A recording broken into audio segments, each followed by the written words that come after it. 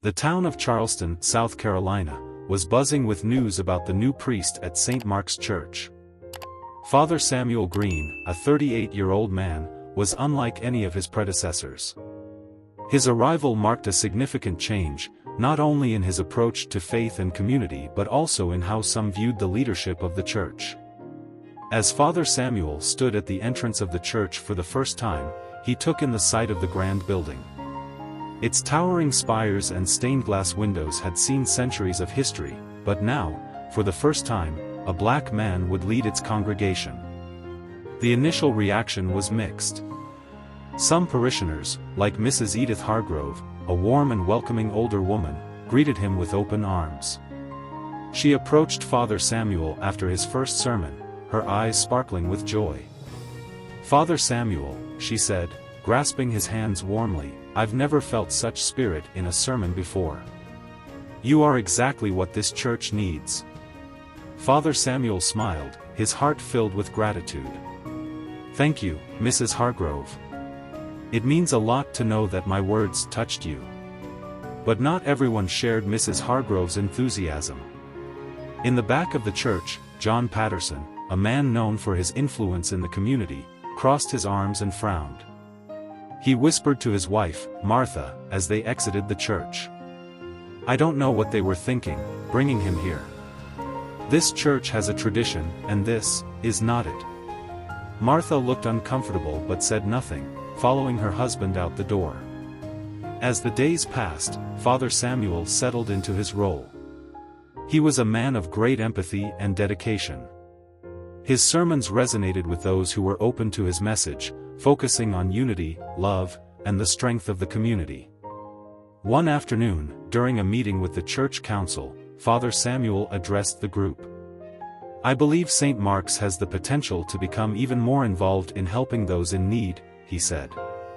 "There are many in Charleston who could benefit from our outreach programs." While some members nodded in agreement, John Patterson cleared his throat loudly. "That's all well and good, Father, but we need to focus on keeping our church's traditions intact. This isn't the place to be making radical changes." Father Samuel met John's gaze calmly. "I understand the importance of tradition, Mr. Patterson, but I believe faith also calls us to grow and adapt to the needs of the present." The tension in the room was palpable, but Father Samuel refused to let it shake him. He knew that winning over everyone would take time. Outside the church, as Father Samuel walked back to the rectory, he overheard snippets of conversations from parishioners. Some were full of praise, while others, like John's comments, carried a note of resistance. "I'm not sure I'm comfortable with this," one man muttered to his wife. "It just feels different." Father Samuel felt the weight of their words, but he pressed on. His faith in God and in the goodness of people fueled him. He knew that his presence in this church wasn't just about leading, it was about breaking barriers, even if it meant facing opposition. As he prepared for the next Sunday sermon, he prayed silently in the dimly lit church, asking for strength and wisdom. "Lord," he whispered, "help me guide this community, even in the face of resistance. Let my actions reflect your love and grace." The path ahead was uncertain, but Father Samuel knew one thing for sure: he would not back down from the calling that had brought him here. Father Samuel quickly realized that leading St. Mark's Church was going to be more challenging than he initially thought. Though many welcomed him, a subtle tension lingered in the air, especially during the more intimate gatherings with the church's leadership. The undercurrent of discomfort grew stronger as he began to introduce new ideas, all of which were aimed at making the church more inclusive and engaged with the wider community. During one council meeting, Father Samuel laid out his vision. "We've been given an incredible opportunity here. Charleston is full of people who need the church's support, spiritually, emotionally, and even materially. I want to expand our outreach programs, partner with local shelters, and create a space for youth mentorship." Sarah Morgan, one of the more progressive members of the council, smiled and nodded in agreement. "That sounds wonderful, Father. The youth in particular could really benefit from more involvement. So many of them are searching for guidance." But across the table, John Patterson, the unofficial leader of the more conservative faction, looked unimpressed. He leaned back in his chair, arms crossed. "With all due respect, Father Samuel, we have to be careful not to lose focus on what makes St. Mark's what it is. We have a long-standing tradition, and we can't just abandon that to chase after every social cause." Father Samuel kept his voice calm. "I'm not suggesting we abandon tradition, John. I believe our traditions are the foundation that will allow us to reach more people. We can honor our past while still addressing the needs of today." John's frown deepened. "I'm not sure everyone here feels the same way." Sarah jumped in, her tone firm. "I think you're underestimating how much people are ready for a change, John. Times are different. We have to adapt." The tension in the room was thick, and while Sarah's support was appreciated, Father Samuel knew that John Patterson's influence weighed heavily on many in the congregation. Some of them might not agree with him openly, but their silence spoke volumes. Later that evening, Father Samuel lingered in the church long after everyone had left. He walked the aisles, his fingers lightly grazing the pews, his heart heavy with the weight of the day's conversation. He had faced opposition before, he was no stranger to it, but there was something particularly difficult about this. These were people he was trying to lead in faith, people who should see him as their shepherd, yet many saw him as an outsider. As he knelt at the altar, the door creaked open behind him. He turned to see Mrs. Edith Hargrove approaching, her footsteps soft against the stone floor. "Father Samuel, may I speak with you?" she asked, her voice gentle but concerned. "Of course, Mrs. Hargrove," he said, rising to greet her. "What's on your mind?" She hesitated for a moment before speaking. "I couldn't help but notice how hard John and some of the others have been on you. I just wanted to say, not all of us feel that way.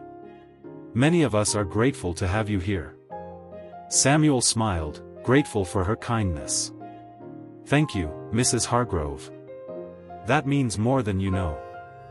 I knew this would be a challenge, but it's still difficult." She nodded, her eyes full of understanding. "I know it's hard, but you mustn't let them get to you. They're stuck in their ways, but you've already made a difference here. Some people are just slower to see it." Samuel sighed, feeling the weight of her words. "I appreciate that. I really do. But sometimes I wonder, will they ever accept me, or am I just delaying the inevitable?" Mrs. Hargrove placed a hand on his arm. "They will, Father. You just have to keep showing them the kind of man you are. In time, they'll see what I see. And even if they don't, remember that God brought you here for a reason." Samuel nodded, the flicker of doubt in his heart dimming slightly.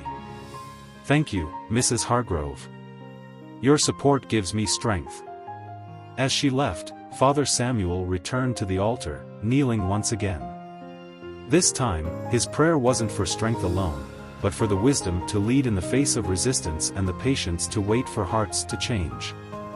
The path ahead was still uncertain, but Father Samuel resolved to continue walking it, trusting that his faith would guide him through the storm.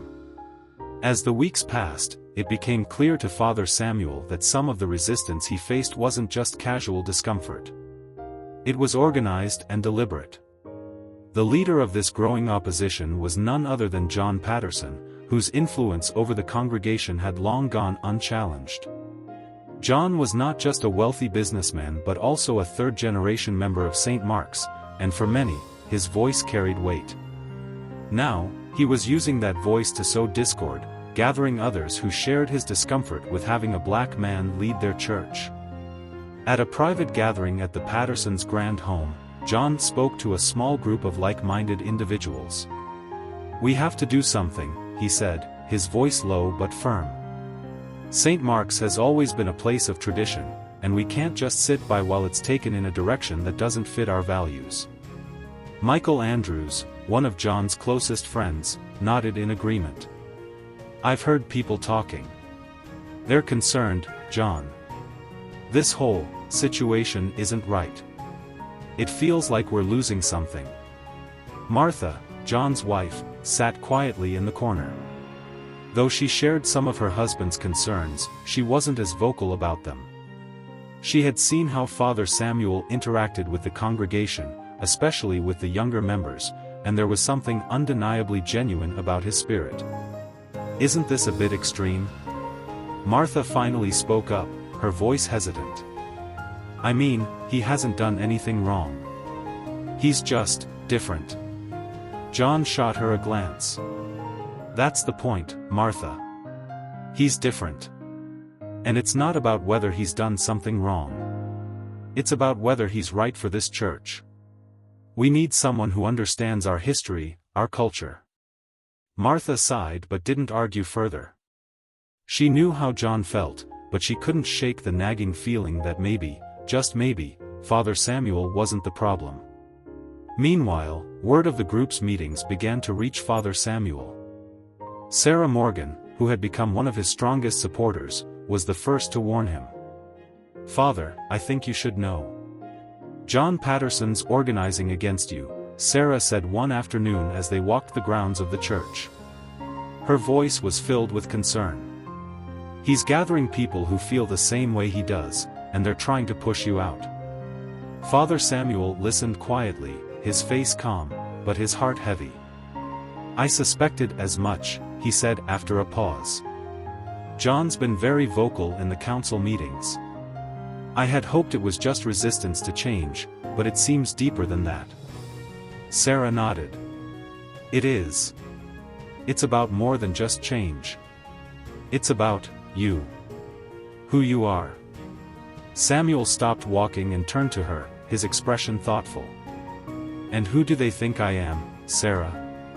She hesitated, choosing her words carefully. "They see you as an outsider. They don't understand how someone like you can lead a place like St. Mark's. It's ignorance, plain and simple." Father Samuel sighed deeply, the weight of her words settling on him. He had known this journey wouldn't be easy, but hearing it laid out so plainly was painful nonetheless. "They don't see the man behind the collar," he said softly. "They only see what they're afraid of." "Exactly," Sarah agreed. "But there are plenty of us who do see you for who you are, Father. You're already making a difference here. You just need to keep going." Samuel offered a small, grateful smile. "Thank you, Sarah. Your support means a lot." As Sarah left, Father Samuel stood alone in the churchyard, gazing at the towering spires of St. Mark's. The opposition was growing, but so was his resolve. He wasn't just fighting for his place in the church, he was fighting for a future where leadership wasn't defined by race but by faith and character. The next Sunday, the pews were noticeably emptier. The absence of several families who had once been regulars was not lost on Father Samuel, but he preached with the same conviction as always. Those who remained listened intently, their loyalty to their priest unwavering. After the service, John Patterson approached Father Samuel in the vestibule, his expression guarded. "Father," he began, his tone stiff, "I think we need to talk about the direction you're taking this church." Father Samuel looked at him, his face calm but firm. "I'm always open to a conversation, John." John glanced around, as if making sure they were alone.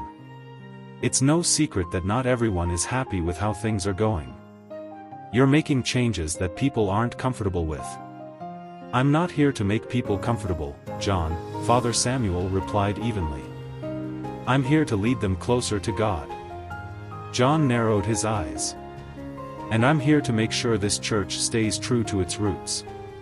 The tension between them was palpable, but Father Samuel remained steady. "St. Mark's roots are in faith, John.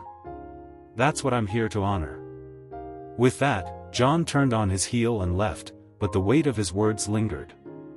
Father Samuel knew the fight was far from over. But as he stood in the quiet church, the echo of his own words ringing in his ears, he felt a renewed sense of purpose. This was his calling, and he would not abandon it. The weeks following John Patterson's thinly veiled warning were difficult. Tensions in the congregation were more palpable, and Father Samuel could feel the weight of every judgmental glance as he led the Sunday services. It wasn't just John anymore, his influence had reached others, and the discontent was beginning to spread. One Sunday morning, the church was unusually full. Father Samuel stood behind the pulpit, preparing to deliver his sermon, but as he glanced across the congregation, he sensed something was off. Whispers filled the air, people shifting in their seats, their eyes not on him but on something else, someone else. Before he could begin, John Patterson rose from his seat near the front of the church. His tall frame and commanding presence drew everyone's attention. He cleared his throat, not bothering to wait for Father Samuel's acknowledgement. "Before you start, Father," John said loudly, "I think there's something that needs to be addressed." A murmur of surprise rippled through the congregation. Father Samuel remained calm, his hands gripping the edges of the pulpit as he nodded for John to continue. John glanced around, making sure he had everyone's attention. "Many of us," he began, "have been talking, and there are serious concerns about the direction of this church under your leadership." Father Samuel met his gaze, his expression unreadable. "What exactly are these concerns, John?" John crossed his arms, his voice growing louder as he addressed the congregation as much as the priest. "It's no secret that some of us feel uncomfortable with certain changes you're trying to make. You're pushing this church away from its traditions, from what made it strong for generations. We've always been a church of family values, of conservative beliefs, and now," he hesitated, eyeing Father Samuel, "now we have a leader who doesn't share that vision." The room fell silent. Father Samuel could feel the stares of the congregation on him, waiting for his response. He took a breath, his voice calm but strong. "St. Mark's has always been a place of worship, a place where we come together to honor God and serve our community. That's the tradition I'm upholding." John's face hardened. "But not everyone agrees with how you're doing that, Father. Some of us don't feel represented by your leadership. You come in here with new ideas, new ways of doing things, and you expect us to just follow along?" Father Samuel's voice remained steady, though he could feel the tension rising. "I don't expect anyone to follow blindly, John. I'm here to serve this church, to help it grow and thrive. But growth requires change, and sometimes that makes people uncomfortable." John smirked, his eyes narrowing. "Maybe the problem isn't the change. Maybe the problem is that you don't understand this church, our church. You haven't been here long enough to know what we stand for." There it was. The real issue. Father Samuel could see it in the faces of those who sat behind John, nodding in agreement. They didn't just disagree with his leadership, they didn't see him as part of them, as one of their own. But before Father Samuel could respond, Sarah Morgan stood up from her seat in the back. "That's enough, John." All eyes turned to her as she walked down the aisle, her heels echoing against the church's stone floor. "Your acting like this is about tradition and leadership, but we all know what this is really about." John's face flushed, his composure slipping. "I don't know what you're insinuating, Sarah." "Oh, please," Sarah interrupted, her voice sharp. "You've been making this about Father Samuel's race from the beginning. You can't stand the idea of a black man leading this church, and that's the real issue, isn't it?" The congregation gasped, and John took a step back, his face red with anger. "That's not true, and you know it." Sarah didn't back down. "I know exactly what's been said behind closed doors, John. I've heard the whispers, and it's not about tradition or family values. It's about prejudice. Plain and simple." John sputtered, struggling to regain control of the situation, but the room had shifted. Whispers spread through the pews, people exchanging looks, unsure of what to believe. Father Samuel stepped forward, his voice calm but carrying an unmistakable authority. "This church is not about me. It's not about John, or Sarah, or anyone else. It's about God. And if we are truly following His teachings, then there is no place for division or hatred among us. He looked out over the congregation, his eyes meeting theirs one by one. We are called to love one another, to serve one another, regardless of our differences. That is the true tradition of St. Mark's. If we lose sight of that, then we've lost everything. The room fell silent again, but this time it was a different kind of silence. There was no more whispering, no more shuffling. Just a stillness, as the weight of Father Samuel's words settled over them. John stared at him, his expression unreadable, before turning sharply and walking out of the church. A few others followed him, but most remained, their faces uncertain but thoughtful. As the doors closed behind John, Father Samuel turned back to the congregation.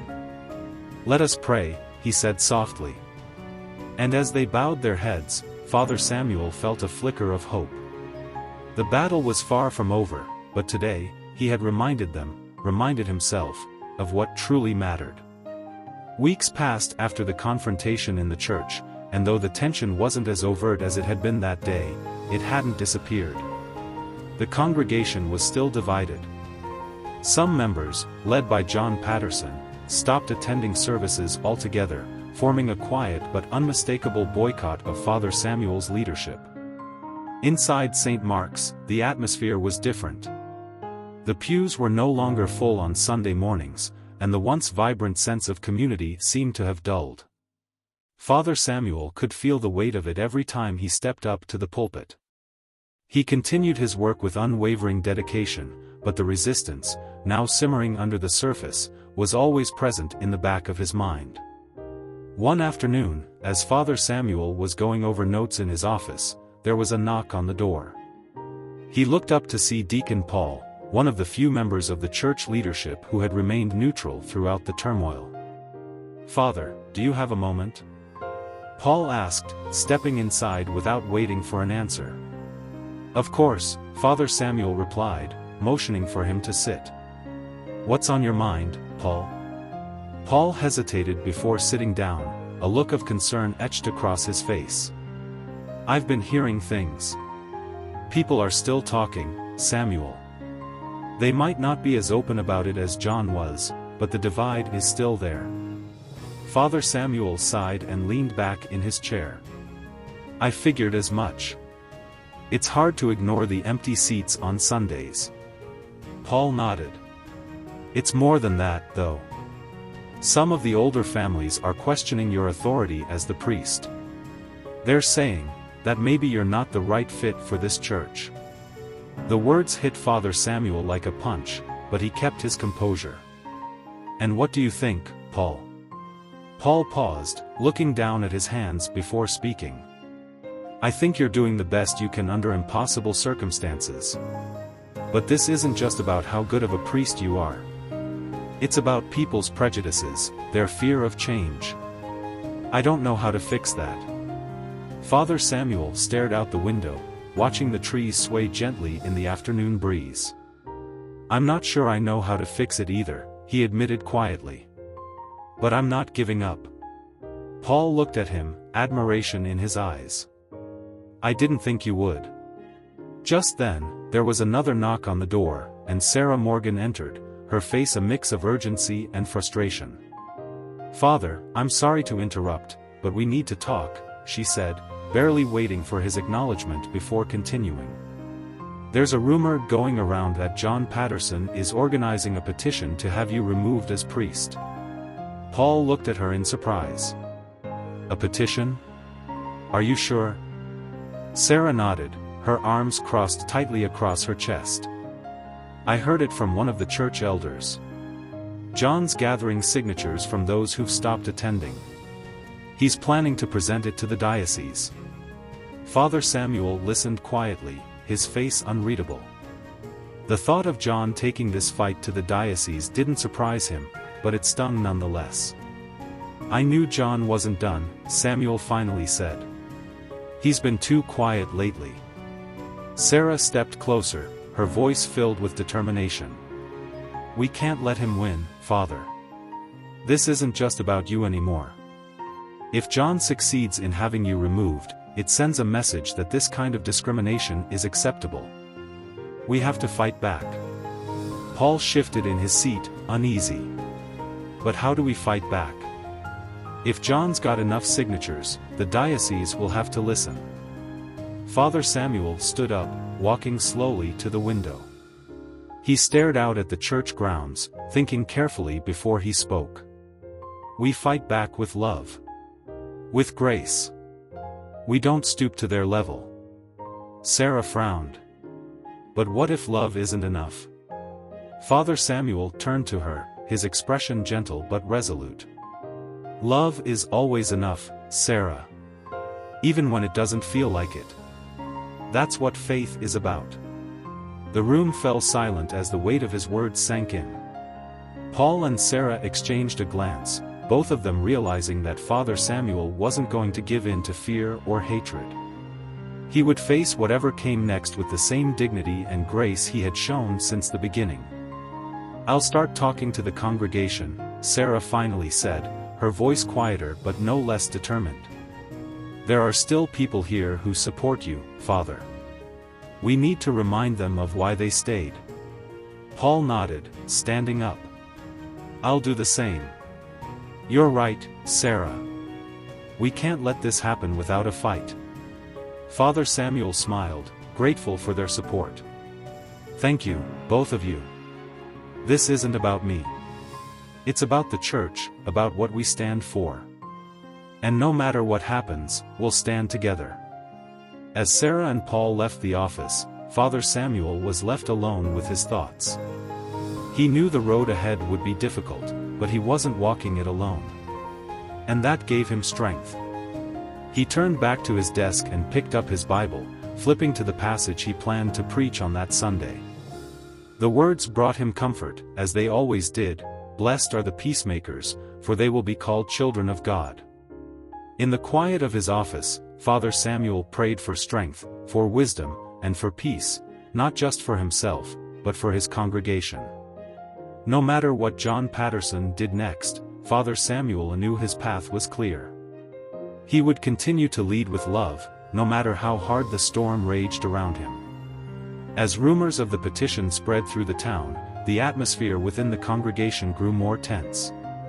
The supporters of Father Samuel were vocal, but the tension from those opposed to him grew louder each day. St. Mark's Church no longer felt like the welcoming sanctuary it had once been. Instead, it felt like a battleground. One Sunday after Mass, Father Samuel was approached by Linda Harrington, a longtime member of the church. She was a kind woman in her late 60s, someone who had always been deeply involved in church activities. Father Samuel, may I have a word with you? Linda asked, her tone serious as she stepped closer. Of course, Linda. What's on your mind? Samuel replied, smiling warmly, though he could sense the concern in her expression. Linda glanced around, making sure no one was listening, then spoke quietly. It's John Patterson. He's been visiting the homes of some of the older members of the congregation, trying to convince them to sign his petition. I even heard he's offering favors in exchange for signatures. Samuel's smile faded slightly, though he wasn't surprised. I appreciate you telling me, Linda. It's disappointing, but not unexpected. I thought you should know because some of them feel pressured. They don't agree with him, but they're afraid of what might happen if they don't sign, Linda explained, her voice filled with concern. Samuel nodded, taking a deep breath. Thank you, Linda. This is a difficult time for all of us. I'm not going to fight John with the same tactics he's using. We have to trust that the truth will come to light. Linda looked at him, her eyes softening. You're a good man, Father. Don't let this wear you down. We need you here. Before he could respond, Deacon Paul approached, looking troubled. Father Samuel, there's something you should see, Paul said, his voice tense. Excuse me, Linda, Father Samuel said as he followed Paul toward the church's entrance. Outside, gathered near the steps, was a small group of parishioners. At the center was John Patterson, holding a clipboard and speaking passionately to a few people standing around him. "You see," John was saying, his voice loud and clear, "this church has always been a symbol of our community's values. We need leadership that reflects those values. Father Samuel may be a good man, but he's not the right fit for St. Mark's." One of the women listening, Evelyn Shaw, a respected elder of the congregation, looked uncertain. "John, I don't agree with how you're going about this. Father Samuel has done nothing but serve this church faithfully." John scoffed, waving his hand dismissively. "It's not about his service, Evelyn. It's about tradition. We've always had a certain kind of leadership here, and that's what our community expects." Father Samuel stood at the top of the church steps, watching the scene unfold. Paul glanced at him, clearly ready to intervene, but Samuel shook his head slightly. He stepped forward calmly. "John," Father Samuel called out, his voice steady but firm. The group turned to face him, tension thick in the air. "If you have something to say about my leadership, I'd appreciate it if you addressed it directly to me." John narrowed his eyes, his grip tightening on the clipboard. "I'm not doing anything behind your back, Father. I've been very open about how I feel." "I understand that," Father Samuel said, his tone measured. "But organizing a petition like this without a proper conversation is not how we resolve disagreements in a church. We're supposed to come together, not tear each other apart." John took a step closer, his voice dripping with contempt. "This isn't about tearing anyone apart. It's about preserving what this church stands for. And you," he paused, his gaze cold, "you're not what we need." The crowd shifted uncomfortably, some looking away, while others murmured in agreement. Evelyn, standing nearby, spoke up again. "Father Samuel has done nothing wrong. This is about something deeper, John, and you know it." John's jaw clenched. "It's not about race, if that's what you're implying. It's about what's best for St. Mark's." Father Samuel stood his ground, refusing to let the rising hostility affect his calm. "This church belongs to everyone. Not just those who look a certain way, or come from a certain background. If we can't see past that, then we've lost sight of what truly matters." John glared at him, clearly unwilling to back down. "We'll see what the diocese has to say about that," he said, his voice sharp as he turned on his heel and walked away, clipboard clutched tightly in his hand. The group dispersed, some clearly uneasy about what they had just witnessed. Evelyn stayed behind, walking up to Father Samuel. "You handled that with grace," she said, offering a small smile. "Thank you, Evelyn," Father Samuel replied, though the weight of the encounter lingered on him. Paul stepped forward, shaking his head. "I don't know how you stay so calm, Samuel. That man, he's relentless." Father Samuel smiled softly. "It's not easy, Paul. But we have to lead by example, especially in times like this." As they re-entered the church, the tension from the confrontation still hung in the air. Father Samuel knew the storm was far from over, but he also knew that his path was clear. He would continue to lead with love, no matter what came next. And he would trust that, in the end, the truth would prevail. As the days went by, the tension within St. Mark's Church grew more palpable. The petition, now widely known, had gained both traction and resistance. The congregation was divided, with many supporting Father Samuel, while others, influenced by John Patterson's campaign, questioned his position. It was no longer just a matter of preference, it was now a matter of survival for Father Samuel's ministry. One Wednesday evening, during a church meeting, Father Samuel stood in the hall, preparing to address the congregation. The room was filled with concerned faces, some anxious, some angry, and others simply confused by the escalating situation. Sarah, one of Father Samuel's most dedicated supporters, approached him just before the meeting began. "Father, are you sure about this? It seems like every time we try to talk to them, it just makes things worse." Father Samuel gave her a reassuring smile, though his eyes betrayed a hint of weariness. We can't avoid the conversation, Sarah. If we don't address it now, it will only fester. Sarah sighed, looking at the crowd. I just hate seeing you go through this. I appreciate that, Samuel said, his voice soft but firm. But I've always believed that we have to face conflict head-on, with grace and patience. It's the only way we'll find resolution. As the meeting began, Samuel took his place at the front of the room. John Patterson sat in the back, his arms crossed and his face twisted into a frown. Beside him sat a small group of his followers, all of them watching Samuel with cold, judgmental eyes. Thank you all for coming, Father Samuel began, his voice calm and measured. I know this has been a difficult time for our congregation. There are many emotions, and I understand the concerns that some of you have voiced. But I want to remind you all that our church is a place of love, acceptance, and unity. A murmur spread through the crowd as Samuel spoke. Mary, an elderly woman who had attended St. Mark's for decades, raised her hand. Father, I've been part of this church for over 40 years, and I've never seen us so divided. What happened to us? Father Samuel sighed, choosing his words carefully. I believe what's happening now is the result of fear of change, fear of what's different. But we are called to rise above that fear. We are called to love one another as Christ loves us. Before anyone could respond, John Patterson stood up, his voice cutting through the room like a knife. This isn't about love, Father Samuel.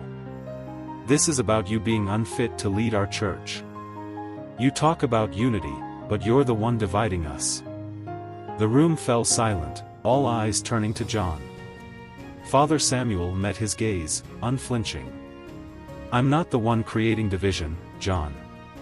The division comes from those who are unwilling to accept that the church belongs to everyone, regardless of their background or appearance. John took a step forward, his fists clenched. Don't act like you don't know what this is really about. You don't belong here, Samuel. You're not the kind of priest this church needs. A gasp rippled through the room, and Sarah, who had been standing near the back, couldn't hold back any longer. That's enough, John. This isn't about what's best for the church. This is about your prejudice, and everyone here knows it. John turned on her, his face flushed with anger. Prejudice? This has nothing to do with prejudice. This is about tradition. We've always had a certain standard in this church, and Father Samuel doesn't fit that standard.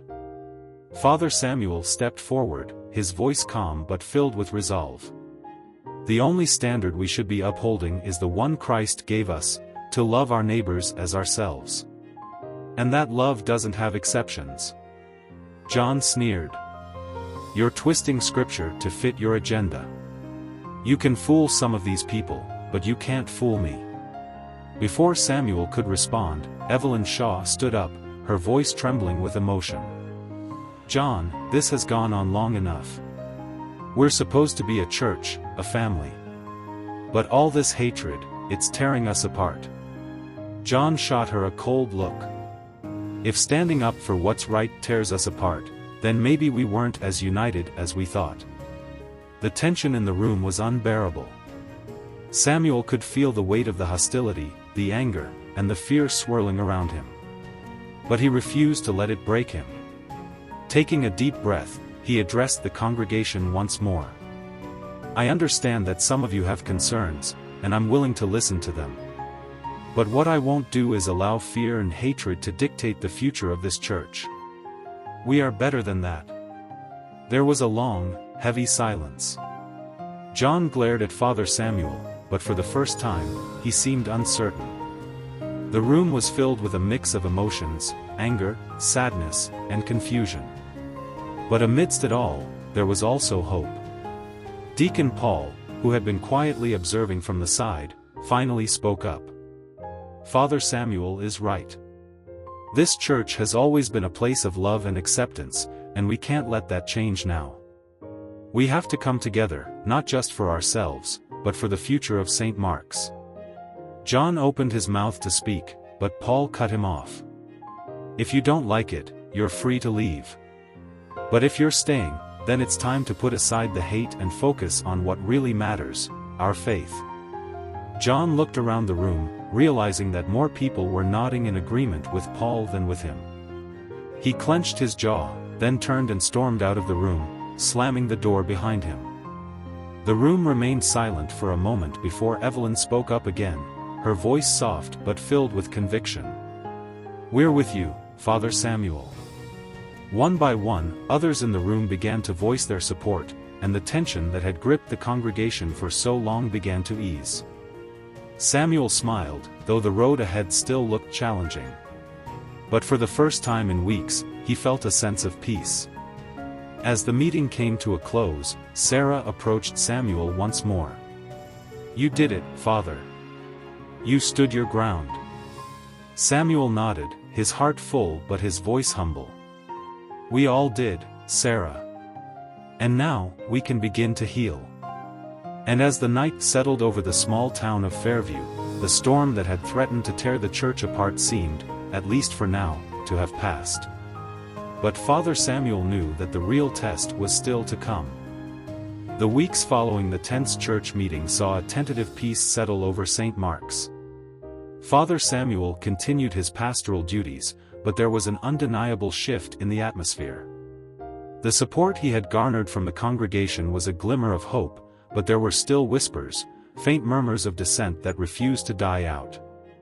One Sunday after Mass, Sarah lingered behind in the empty church, her eyes following Father Samuel as he packed away his Bible and sermon notes. She approached him quietly, her expression concerned. "Father, I've been hearing things," she said softly, her voice barely above a whisper. Father Samuel looked up, sensing the worry in her tone. "What kind of things, Sarah?" She hesitated, glancing around the empty church as if the walls had ears. "People are still talking about John. He's been meeting with some of the others, those who signed the petition. I think they're planning something." Samuel's brow furrowed, but he didn't seem surprised. "I figured as much," he said, his voice steady. "John won't give up easily." "But this feels different," Sarah pressed. "It's not just about pushing you out of the church anymore. There's a lot of anger. I'm worried about what they might do." Father Samuel sighed, placing a reassuring hand on her shoulder. "Sarah, we can't control what others do. All we can control is how we respond." "But Father," she began, her voice shaking slightly, "what if they try to hurt you? This isn't just about words anymore. I'm afraid for you." Samuel met her gaze, his eyes calm yet filled with quiet resolve. "I won't live in fear, Sarah. This is my calling, and I trust that God will guide me through whatever comes next." Before Sarah could respond, Deacon Paul entered the room, his face etched with concern. "Father Samuel, can I have a word?"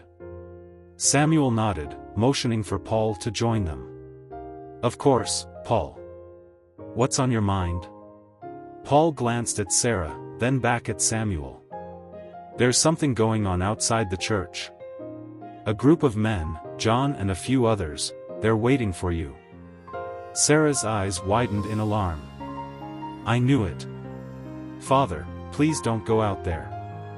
Let's call the police." But Samuel shook his head, his expression firm. "No. I won't escalate this by involving the police. I'll go speak to them." "Father, I don't think that's a good idea," Paul warned, his voice tense. "These men, they're not here for a peaceful conversation." Samuel paused, weighing his options. He knew that avoiding the confrontation would only make things worse in the long run. He also knew that meeting John and his group head-on could be dangerous. But backing down wasn't an option. "Paul, can you stay here with Sarah?" he asked calmly. Paul looked conflicted but eventually nodded. "Of course. But please be careful, Father. As Samuel made his way toward the church doors, Sarah grabbed his arm, her voice trembling. "Father Samuel, please, don't let them hurt you." He smiled gently at her, his eyes full of compassion. "Don't worry, Sarah. I'll be fine. Keep the faith." With that, he stepped outside into the cool afternoon air. The sun was setting, casting long shadows across the churchyard. Near the entrance, John Patterson stood with a small group of men, grim-faced and tense. Father Samuel approached them slowly, his heart steady but his mind alert. "John," he greeted, his voice calm but unwavering. John didn't bother with pleasantries. "We're done talking, Samuel," he spat, his voice dripping with contempt. "This is our church. You're not welcome here." Samuel held his ground, refusing to let the hostility shake him. "This church belongs to God, John. And it's open to everyone." John stepped closer, his eyes narrowing. "Not to you. We've had enough of your sermons, your inclusiveness, your lies." One of the men behind John, Greg, a burly man with a menacing glare, crossed his arms. "You think you can just walk in here and take over, don't you? You don't belong in this community."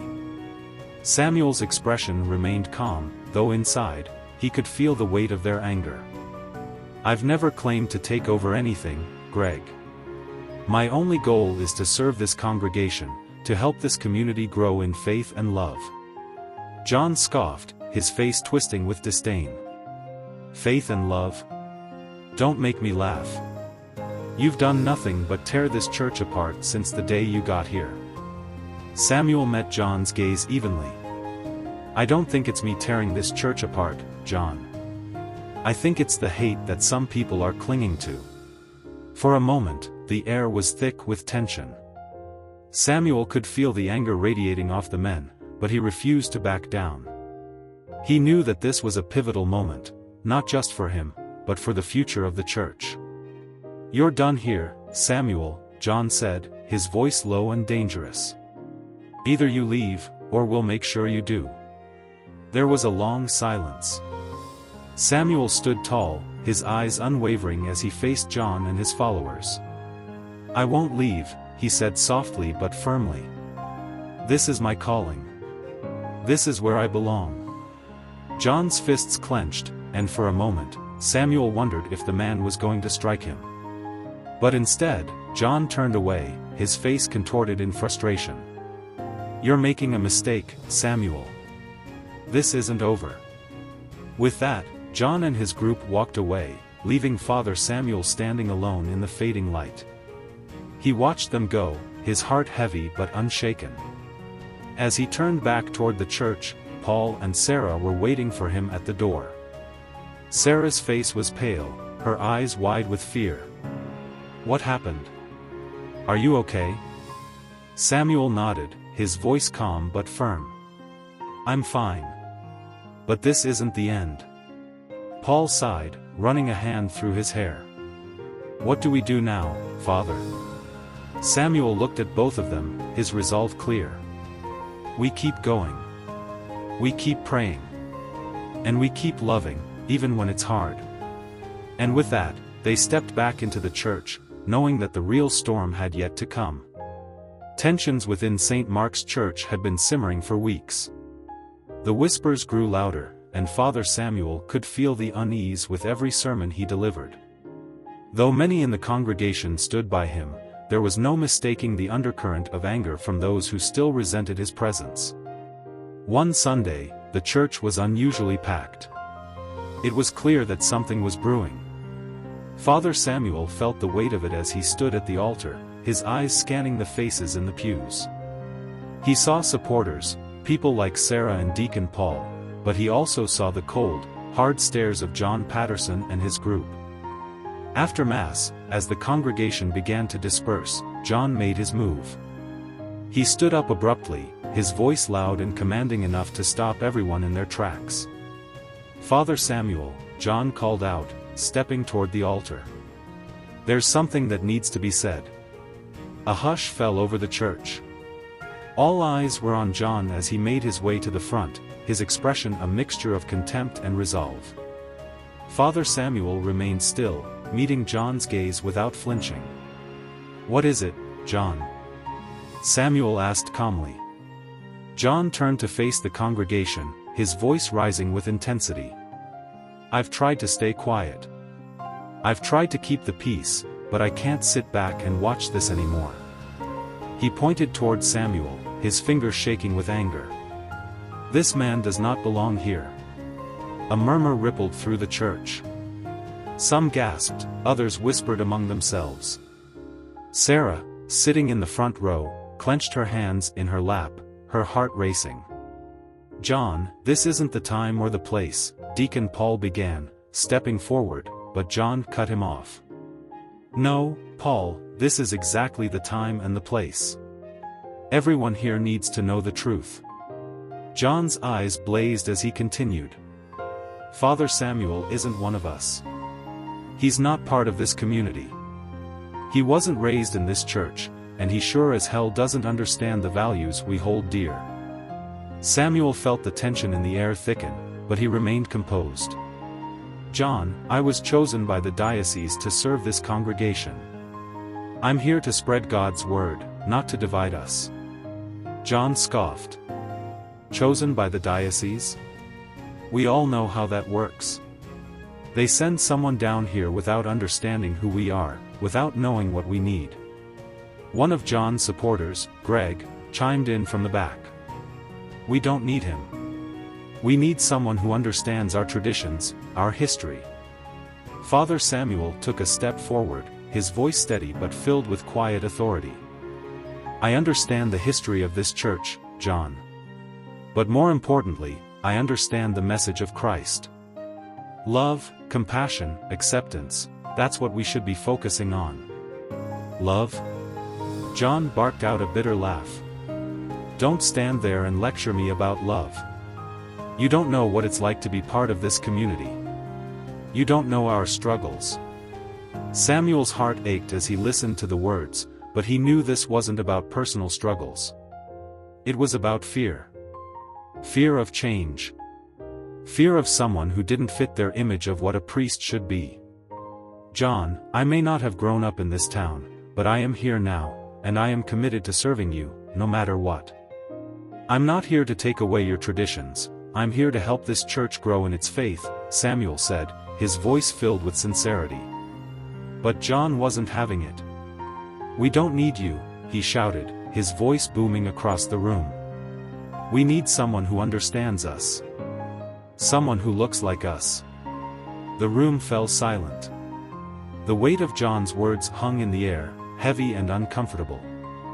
Father Samuel felt the sting of the statement, but he refused to let it show. Instead, he stood tall, his eyes scanning the faces of the congregation. "Is that what this is really about?"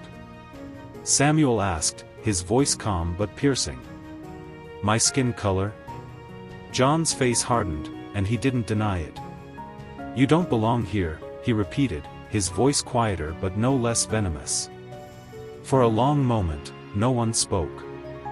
The tension in the room was palpable, and Father Samuel could feel the weight of every eye on him. "John," Sarah's voice broke through the silence, trembling but strong, "this isn't right. Father Samuel has done nothing but serve this church with love and dedication. You're letting your prejudice blind you to what really matters." John glared at her, his jaw clenched. "This isn't about prejudice, Sarah. It's about keeping our church the way it's always been." "But times change, John," Paul said, stepping forward. "And the church has to change with them. We can't claim to follow Christ and still hold on to hatred and division." John looked around, seeing that not everyone was on his side. Some members of the congregation nodded in agreement with Sarah and Paul, while others remained silent, their faces conflicted. "This church has always been a place of love," Samuel said softly, his voice carrying through the quiet room. "And love doesn't exclude anyone. Not because of their background, not because of their skin color, not because of their past." John stared at him, his face a mask of defiance. "We'll see about that," he muttered before turning on his heel and storming out of the church, his followers trailing behind him. As the door slammed shut, the remaining congregation sat in stunned silence. Father Samuel stood at the altar, his heart heavy but resolute. He knew the road ahead would not be easy, but he was prepared to face whatever came next. "Let's pray," Samuel said quietly, bowing his head. And slowly, the congregation followed suit, their voices joining together in prayer, united despite the storm that loomed ahead. The days following the confrontation in the church were tense. Father Samuel could feel the strain of the division, but he remained steadfast in his commitment to his congregation. The church, once a place of shared faith and community, now seemed to be a battleground of conflicting ideologies. One afternoon, as Samuel was preparing for the evening service, he heard a knock on the office door. He looked up from his desk, surprised to see Mayor Thompson standing in the doorway. "Father Samuel, do you have a moment?" the mayor asked, his face showing signs of weariness. "Of course, Mayor Thompson," Samuel replied, motioning for him to come in. "What can I do for you?" Thompson stepped inside, closing the door behind him. "I wanted to discuss the recent events at the church. I've heard about the trouble with John Patterson and his group." Samuel nodded, his expression serious. "Yes, it's been quite a challenging time. I appreciate you coming by." The mayor sighed and took a seat across from Samuel. "I know that the city has its share of problems, but I can't stand by and watch a community I care about fall apart like this. I've heard from some of my constituents who are concerned about the way things are going." Samuel raised an eyebrow, surprised. "You've heard from people who support the church?" "Not just supporters," Thompson said, his voice low. "Some people are worried about the increasing hostility. It's affecting the whole town. I'm concerned about the potential for violence." Samuel's heart sank. "I understand. And I'm worried too. But I believe that if we can address this issue head-on, we can find a way to heal." Thompson nodded. "I agree. That's why I wanted to offer my help. I'm planning to host a town hall meeting to address the situation and hopefully bring some resolution." Samuel was taken aback. "A town hall meeting? Do you think that will help?" "It's worth a try," the mayor said. "If we can get everyone talking in a controlled environment, we might be able to find common ground. At the very least, we can try to prevent any further escalation." Samuel considered this for a moment. "That sounds like a good idea. I'd be willing to participate." Thompson smiled, relieved. "Great. I'll make sure to extend an invitation to John Patterson and his group, as well as the rest of the congregation. We need to ensure that all voices are heard." "I appreciate that," Samuel said. "Thank you for your support, Mayor Thompson." The mayor stood up, extending his hand. "No problem, Father. I think we both want the same thing, a peaceful resolution." As the mayor left the office, Samuel felt a glimmer of hope. If the town hall meeting could bring some understanding, it might help bridge the divide that had grown so wide. That evening, as Father Samuel prepared for the service, he was met by Sarah and Deacon Paul in the church vestibule. Their expressions were a mix of anticipation and worry. "Father, how did it go with the mayor?" Sarah asked, her voice filled with concern. "It went well," Samuel replied, trying to sound optimistic. "Mayor Thompson is organizing a town hall meeting. He's hoping it will help address the issues and bring people together." Paul raised an eyebrow. "A town hall meeting? That sounds like a good step forward. But do you think it will really help?" "It's hard to say," Samuel admitted. "But it's a chance for dialogue, and that's better than remaining divided. We have to try." Sarah nodded, looking more hopeful. "I think it's a great idea. At least it shows that people are willing to listen and work towards a solution." Deacon Paul agreed. "Let's just hope that John and his group are willing to come to the table." As the evening service began, the church was filled with an air of cautious optimism. Father Samuel delivered his sermon with renewed conviction, speaking of unity, understanding, and the importance of coming together in times of conflict. After the service, as the congregation began to leave, Samuel was approached by Linda, one of the more vocal supporters of the church. "Father Samuel," Linda said, her tone earnest, "I've been thinking a lot about what's happening. I want to help. I know that John and his group have their grievances, but maybe there's something we can do to show them that we're committed to finding a solution." Samuel looked at her with appreciation. "Thank you, Linda. Your support means a lot. We need all the help we can get." Linda nodded. "I've been talking to some of the other members, and we're planning to organize a community outreach event. It might help to show that we're committed to the values we preach: love, compassion, and inclusiveness." "That sounds like a wonderful idea," Samuel said, feeling a sense of relief. "If we can demonstrate our commitment to these values, it might help shift the focus from our differences to our shared beliefs." As the days passed, the town hall meeting approached. Father Samuel continued to prepare, hopeful that this opportunity would lead to a resolution. The support of the mayor, along with the efforts of individuals like Linda, gave him renewed strength. Despite the challenges, Samuel was determined to face the storm with faith and resolve. He knew that healing would be a long and difficult process, but with every step toward understanding, there was a chance for reconciliation and unity. The town hall meeting was set for a brisk autumn evening. The St. Mark's Church community, along with concerned citizens and local leaders, gathered in the city's main hall. The room was filled with a sense of anticipation and tension, the air charged with the hope for reconciliation. Father Samuel arrived early, his heart pounding with both nervousness and hope. He was greeted by Mayor Thompson, who was busy setting up the room. "Good evening, Father Samuel," Thompson said, extending his hand. "I'm glad you could make it." "Thank you, Mayor," Samuel replied, shaking his hand firmly. "I appreciate your efforts in organizing this meeting." As the crowd began to fill the room, Samuel noticed the familiar faces of Sarah, Deacon Paul, and Linda. They looked anxious but determined, ready to support him. John Patterson and his group entered next, their expressions tense and guarded. John's eyes met Samuel's briefly before he turned away, making his way to a seat near the front. The meeting began with Mayor Thompson addressing the crowd. "Thank you all for coming tonight. We're here to discuss recent events and work toward finding common ground." Father Samuel will have the floor first, followed by John Patterson and anyone else who wishes to speak. Samuel stood up, his posture steady but his nerves evident.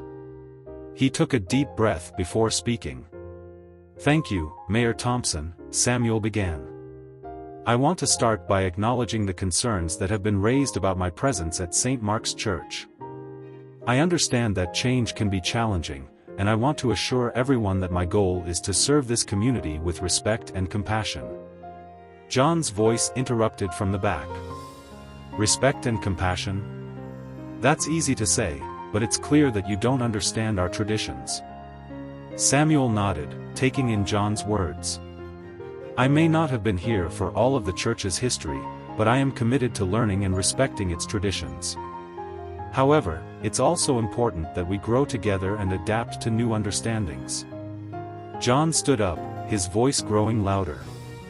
"Adapting? We've been told to adapt to someone who doesn't even share our values. That's not right." A murmur of agreement came from John's supporters, but some of the attendees shifted uncomfortably, clearly torn. Deacon Paul rose to address the group. "John, I understand that you're frustrated. But this isn't just about personal values. This is about how we, as a community, handle differences and whether we stand by our faith in love and inclusion." Linda also stood up, her voice filled with conviction. "I've seen Father Samuel work hard to understand and support this church. He's shown nothing but dedication. If we let this division continue, we're letting fear and prejudice win."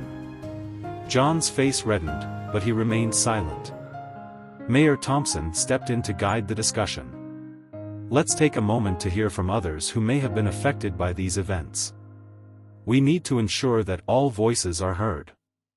One of the elderly members of the congregation, Mrs. Thompson, raised her hand. "I'd like to speak," she said, her voice trembling but firm. "I've been a member of this church for over 50 years. I remember when we first opened our doors to new members from different backgrounds. It wasn't easy then, but it was the right thing to do. We have to remember why we're here, to worship and support each other." Her words resonated with many in the room, and there were nods of agreement and murmurs of support. John's expression softened slightly, but he didn't speak. The room was beginning to shift, and there was a growing sense of openness among the attendees. Mayor Thompson took the opportunity to summarize. "It seems clear that while there are deep-seated concerns, there's also a desire to find common ground. We need to continue this dialogue and work together to address these issues."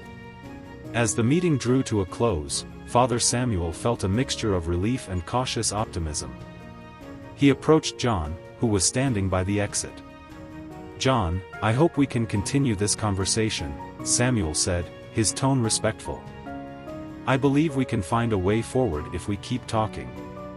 John looked at Samuel, his expression conflicted. "I'll think about it. It's not easy to change long-held beliefs, but maybe there's something to what you're saying." With that, John nodded and left, his supporters following behind. The remaining attendees began to disperse, their conversations animated but hopeful. Sarah, Deacon Paul, and Linda approached Samuel as the crowd thinned. "You did well, Father," Sarah said, her voice filled with relief. "It feels like there's a chance for things to improve." "Thank you," Samuel replied, his heart lifting. "It was a tough meeting, but I think we made progress." Deacon Paul added, "It's not over, but at least we're on a path to healing. We just need to keep moving forward." As Father Samuel walked out of the town hall, he felt a renewed sense of purpose. The road ahead was still uncertain, but the meeting had opened doors to new possibilities. With the support of the community and the determination to address the underlying issues, Samuel was ready to face whatever challenges lay ahead. The aftermath of the town hall meeting brought a glimmer of hope. The tensions were far from resolved, but there was a new sense of possibility in the air. Father Samuel had been working tirelessly to rebuild trust and bridge the gaps that had been exposed. On a crisp Sunday morning, the church was filled with a mix of familiar faces and some new ones. The attendance had increased slightly, a sign that the community was beginning to heal. Samuel prepared for the service with a quiet resolve, aware of the responsibility he carried. Sarah and Deacon Paul were already in the church, greeting attendees with warm smiles. Linda had organized a small gathering after the service to foster community interaction and provide a space for open dialogue. As Father Samuel began his sermon, he spoke with a renewed sense of conviction. "Today, I want to talk about forgiveness and unity. We've been through a lot, and it's easy to focus on our differences. But as a community, we have the power to move beyond our divisions and find common ground." The congregation listened intently, many nodding in agreement. The words seemed to resonate, offering a sense of solace and encouragement. After the service, the church hall was abuzz with activity. People gathered for coffee and refreshments, engaging in conversations that were once fraught with tension. Samuel mingled with the crowd, offering a reassuring presence. He noticed John Patterson standing off to the side, looking somewhat uncomfortable but determined. Samuel approached him with a friendly smile. "John, I'm glad you could make it today," Samuel said, extending his hand. John shook it firmly, though his expression was still cautious. "I wanted to come and see if there was any progress. It's been a difficult few weeks."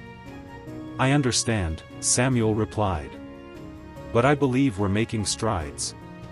It's important for us to keep the dialogue open and continue working together." John nodded, glancing around at the more positive atmosphere. "It's not perfect, but it's a start. I'll admit, I've been impressed by the effort to bridge the gap." As the conversation continued, Mrs. Thompson approached Samuel with a warm smile. "Father Samuel, I wanted to thank you for your efforts. The community has been talking, and there's a lot more support for the church than there was before." "Thank you, Mrs. Thompson," Samuel said, genuinely touched. "It means a lot to hear that. We have a long way to go, but this is a step in the right direction." Linda joined them, her face beaming with optimism. "We've been working on a series of community events to bring people together. We want to show that we're more than just the sum of our disagreements." "That sounds wonderful," Samuel said. "I'm excited to see how these events unfold." Sarah walked up with a thoughtful expression. "I was talking to some of the newer members of the congregation. They're eager to be involved and help with the outreach efforts." "That's great news," Samuel replied. "Engaging with newcomers is crucial to strengthening our community." The conversations continued, and there was a noticeable shift in the mood. The once palpable tension had softened, replaced by a growing sense of camaraderie and hope. As the event wound down, Samuel took a moment to reflect on the progress made. The road ahead was still challenging, but the community's willingness to come together was a powerful testament to their shared values. Before leaving, John approached Samuel again, this time with a more relaxed demeanor. "Father, I've been thinking. Maybe we can work on finding some common ground, not just for us but for the entire community." Samuel smiled, feeling a sense of encouragement. "I'd welcome that. Let's continue to work towards understanding and building a stronger community." With that, John nodded and departed, leaving Samuel hopeful for the future. As the church gradually emptied, Samuel remained, reflecting on the journey ahead. The challenges were far from over, but with every effort to bridge gaps and foster unity, there was a growing sense of renewal. In the days that followed, Father Samuel continued to work alongside Sarah, Deacon Paul, Linda, and others to strengthen the community bonds. Each step forward, no matter how small, was a testament to the resilience and commitment of a community determined to overcome adversity. The road to healing was long and winding, but with each shared moment and effort, the community of St. Mark's Church moved closer to a future defined not by their differences, but by their shared commitment to love, respect, and unity.